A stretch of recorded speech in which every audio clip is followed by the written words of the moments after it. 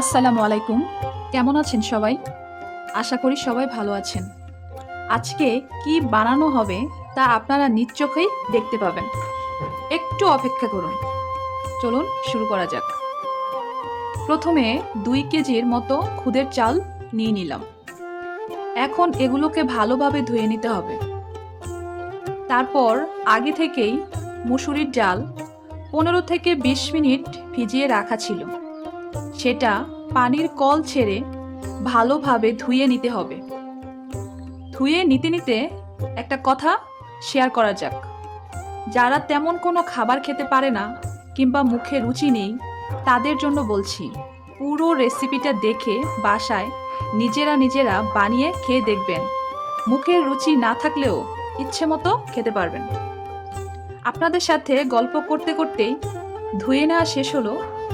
এখন মুসুরির ডালের সাথে ধুয়ে নেওয়া চালগুলো ঢেলে দিয়ে আবারও ভালো মতো ধুয়ে নিব। এখন গ্যাসের চুলা অন করে তাতে বড় সাইজের একটি ননস্টিক কুকওয়্যার বসিয়ে দিলাম। কুকওয়্যারে তেল ঢেলে পুরো কুকওয়্যার চারপাশে ছড়িয়ে দিলাম। তেল গরম হয়ে এলে পরিমাণ মতো পেঁয়াজ কুচি দিয়ে দিব।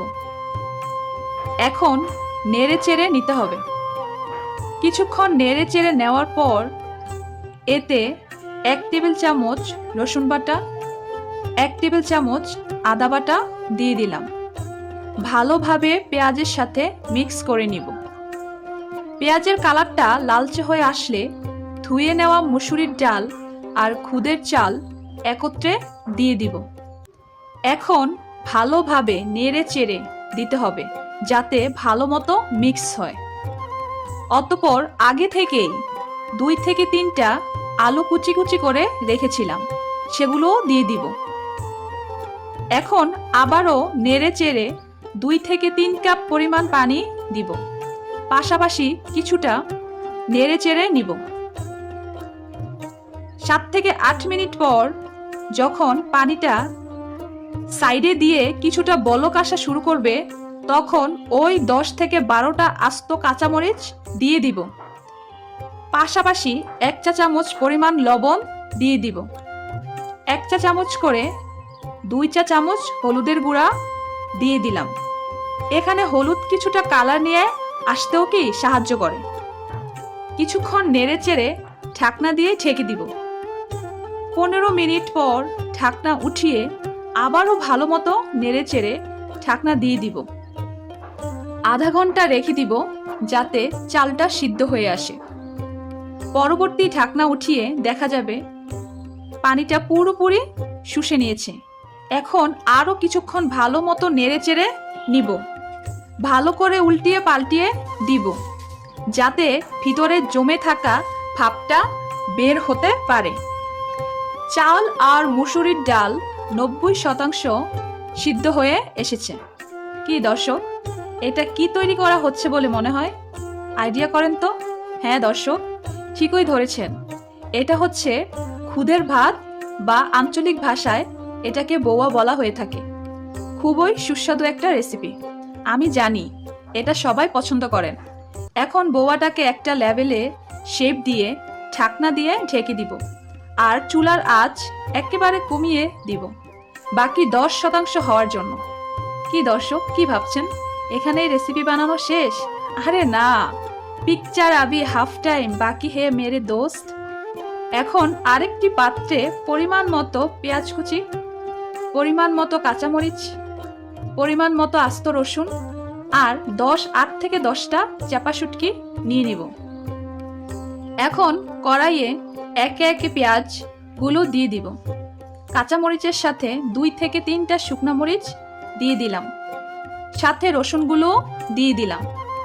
এখন 1 কাপ পরিমাণ পানি দিয়ে দিব। কিছুটা নেড়ে চেড়ে দিয়ে পেঁয়াজটা হালকা সিদ্ধ হয়ে আসলে তাতে 1 চা চামচ পরিমাণ লবণ দিয়ে দিব আর কিছুটা তেলও দিয়ে দিলাম। অতঃপর চাপা শুটকিগুলো দিয়ে দিলাম। কিছুক্ষণ পর ভাপ উঠে আসলে চাপা শুটকিগুলো থেকে সসপ্যান দিয়ে নেড়ে চেড়ে ভিতরের কালারটা বের করে হাত দিয়ে উঠিয়ে নিলাম। এভাবে প্রত্যেকটা কাটা বেছে নিতে হবে। অতঃপর ঢাকনা দিয়ে ঢেকে দিব। 7 থেকে 8 মিনিট পর ঢাকনা উঠিয়ে আবারও ভালো করে নেড়ে চেড়ে দিব, যাতে ভালো করে সিদ্ধ হয়। সিদ্ধ হয়ে গেলে এগুলোকে উঠিয়ে এগুলো থেকে আগে মরিচগুলোকে আলাদা করে শিলপাটায় বেটে নিতে হবে। মরিচগুলো বাটা হয়ে গেলে বাকি অংশটুকু দিয়ে আবারও বাটাবাটি করতে লাগলাম। পুরোটাকে একত্র করে আবারও ভালো করে বেটে নিয়ে একটি পাত্রে উঠিয়ে নিলাম। আর এটা হচ্ছে চ্যাপা শুটকির ভর্তা। অপরদিকে ঢাকনা উঠিয়ে একই দেখলাম কি সুন্দর গ্রান, আর আমার বৌয়াটাও হয়ে গেছে। বৌয়াটার একটি পাত্রে উঠিয়ে পরিবেশন করলাম। স্বাদের খুদে ভাত বা বৌয়া রেসিপি, সাথে রয়েছে চ্যাপা শুটকির ভর্তা। দুইটা মিক্স করে খেলে আহা কি মজাই না লাগবে, যেন একটাকে ছাড়া আরেকটা অচল। সবাই বাসায় বানিয়ে খাবেন, খুবই সুস্বাদু একটি খাবার। যদি ভিডিওটা একটু ভালো লেগে থাকে আর এই রকম নতুন নতুন ভিডিও পেতে চান, তাহলে দেরি না করে সাবস্ক্রাইব করে অথবা ফলো দিয়ে আমাদের সাথে সংযুক্ত হয়ে যান। ধন্যবাদ সবাইকে।